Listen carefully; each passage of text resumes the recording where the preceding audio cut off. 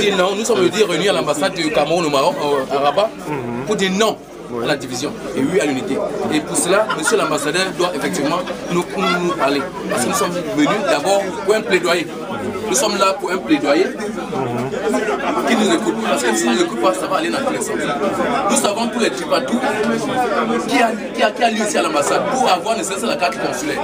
Et nous parlons de la carte consulaire à présent parce que les votes auront lieu. Et il faudra ces cartes consulaires pour voter. Ces cartes consulaires qui sont distribuées à tort et à travers, avec des concours, avec du noir.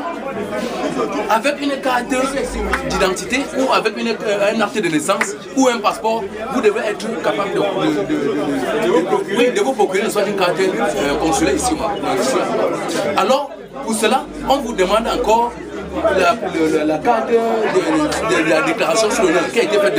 Est-ce que cela fait partie de ce que vous décriez aujourd'hui comme étant la division? Ça fait partie de ce que nous décrions. Parce que nous avons vu des personnes arriver ici, même sans rien, pour peu qu'ils avaient des connaissances avec l'ambassadeur, ils ont été, n'est-ce pas, servis. Oui, ils ont été servis. Alors, nous disons non. La grande majorité de ceux qui sont là en réclament aussi. Parce qu'il s'agit des votes. Et il paraît que monsieur l'ambassadeur en a déjà pris position. C'est pour cela qu'il a créé un autre organisme dans le noir qui s'appelle ACAM. Nous ne savons pas sur quelle loi, sur quelle base il s'est appuyé pour créer cela. Alors que la COCAM existait. S'il n'a pas reconnu le bureau de la COCAM parce que l'échéance, il était arrivé en fin d'échéance, alors c'était à lui d'appeler encore l'Assemblée générale pour dire bon voilà, voilà ce qu'il y en a. Le président n'a pas pu faire les élections à temps. Nous allons mettre ces gars et je proclame encore, ou bien je vais arranger d'autres élections, ou bien aller arranger une date d'élection et venir. Et encore c'est cette assemblée maintenant que l'on s'appuiera pour mettre les membres du bureau qui devraient suivre les élections, qui devaient courir ne soit jusqu'aux élections. Alors ça n'a pas été le cas.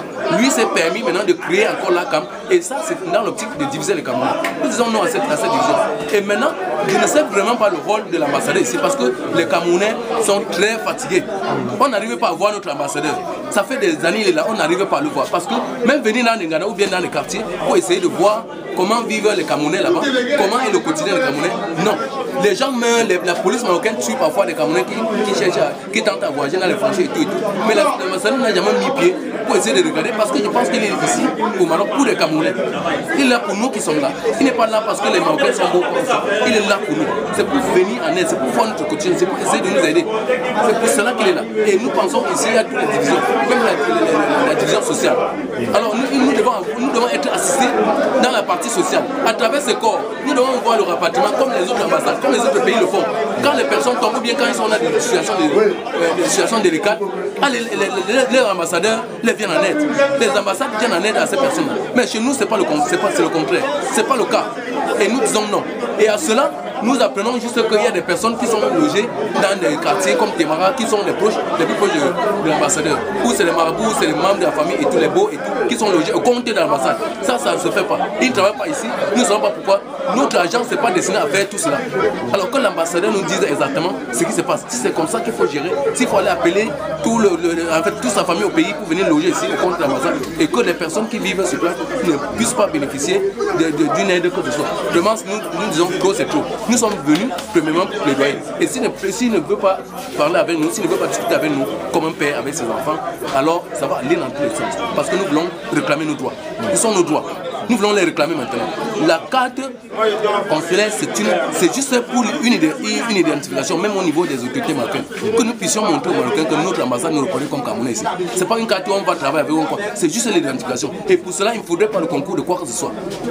Alors avec la carte d'identité, ou même avec son récépissé, ou même avec une photocopie, on devrait nous reconnaître. D'ailleurs, le Camerounais, pour être reconnu, c'est juste au niveau de langage. Même la manière dont le Camerounais parle, ça se ressent. On se reconnaît ici tous à Rabat.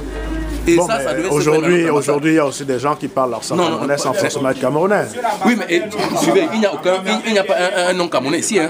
Parmi tous ceux qui sont, il n'y a pas un nom camerounais. On se connaît, il y a des gens qui sont ici avec les petits frères, qui sont avec les enfants, avec leurs familles, avec les gars qui ont été dans les quartiers au Cameroun. On se connaît. Un Guinéen ne peut pas venir.